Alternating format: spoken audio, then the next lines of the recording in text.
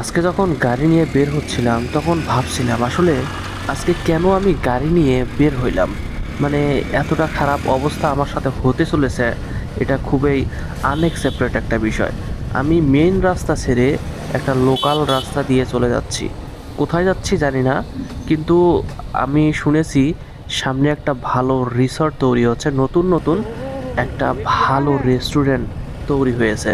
তো সেটা দেখার জন্য, সেখানে খাবার টেস্ট করার জন্য খুবই অদ্ভুত একটা ভিডিও হতে চলেছে। তো যাচ্ছিলাম, যাওয়ার পথে খুব সুন্দর রাস্তা, কিন্তু আমার সাথে যে এইটা হবে কখনো আশাই করি নাই। এই যে দেখতেই পাইতেছেন, একদম কাঁচা রাস্তার মধ্যে এসে গেছি। এইটা আস্তে আস্তে যে এত খারাপ হবে, মানে আমার গাড়িতে তেল নেই, যতটুকু আছে ততটুকু দিয়ে যাওয়া যাবে, কিন্তু আসার পথে যে আমার কষ্ট হবে এটা আমি কখনোই আশাই করি নাই। মানে এই যে রাস্তাটা, মানে এত পরিমাণ খারাপ। আমাদের ওইদিকে কাঁচা রাস্তা আছে, কিন্তু এরকম খারাপ তো আমি দেখি নাই। বৃষ্টি এখনই হলো এবং তার এই এই অবস্থা। ভাই, গাড়ি চালাইতে এত কষ্ট হচ্ছিল, তো তারপরও আমি যাচ্ছি, খুবই ভালো লাগতেছে। রাস্তাটা এতটা ফাঁকা, কিন্তু গাড়ি তো আস্তে আস্তে চালাতে হবে বিকজ অফ রাস্তার কন্ডিশন। ও ভাই, চুদলিং পাং হয়ে গেছে আমার সাথে। এটা আশাই করিনি আমি যে এই রোডটা এরকম হবে। আমি শুনেছিলাম যে এই রোডটা সুন্দর এবং পাকা হয়েছে, তো হয়নি, তো কিছু করার নাই। তো যাইতেছি। আজকে এই ভিডিওটা খুবই স্পেশাল হতে চলেছে। আমি এমন একটি জায়গার মধ্যে যাচ্ছি যে জায়গাটা খুবই নাকি সুন্দর, নিরিবিলি পরিবেশ। তো সেটা দেখার জন্য, তো সামনের এই যে পরিবেশটা, এটাও কিন্তু সুন্দর, খারাপ না, ভালোই লাগতেছে। তো আপনাদের কাছে কেমন লাগতেছে অবশ্যই কমেন্ট করে জানান। আর আজকের এই ভিডিওতে আপনাদের লাইক টার্গেট মাত্র 20টা লাইক করে দেন গাইস। তো আমার নতুন নতুন ইউটিউব চ্যানেল, তো বিকজ অফ কম চ্যালেঞ্জ দিতেছি আপনাদেরকে, 20টা লাইক জাস্ট করে দিতে হবে, অনলি 20টা। তো আজকের এই ভিডিওটা খুবই স্পেশাল, চলেন যাওয়া যাক। এবং আমি ফাইনালি ভাই, এত কষ্টের পর এই কাঁচা রাস্তা থেকে মুক্ত হয়ে সুন্দর একটা রাস্তার দিকে যাচ্ছি। সামনে দেখতে পাচ্ছি যে একটা সুন্দর রাস্তার উদ্ভাবন করতে যাচ্ছি। ভালো লাগতেছে এখন। মানে যে পরিস্থিতি ছিল, এটা খুবই আনএক্সেপ্টেড ছিল।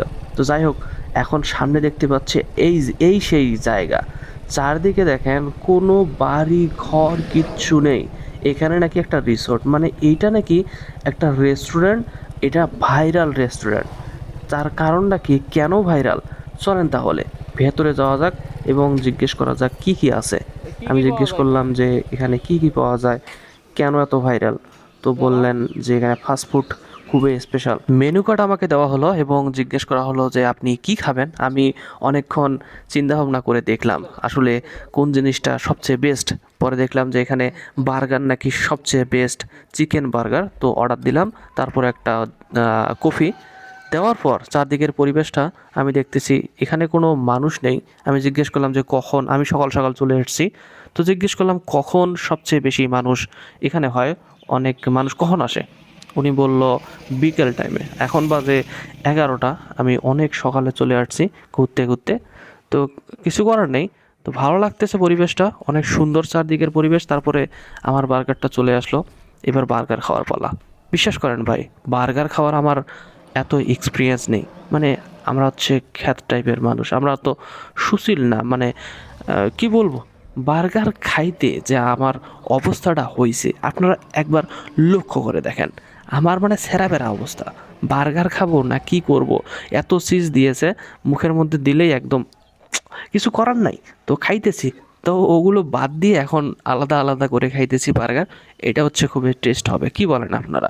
মানে বার্গার একসঙ্গে ধইরা খায়, কিন্তু আমি কি করতেছি, আলাদা আলাদা রুটি, তারপরে হচ্ছে আলাদা আলাদাভাবে চিজ, চিকেন, এগুলো আস্তে আস্তে আলাদা আলাদা করে খাইতেছি। খুবই অদ্ভুত, তাই না?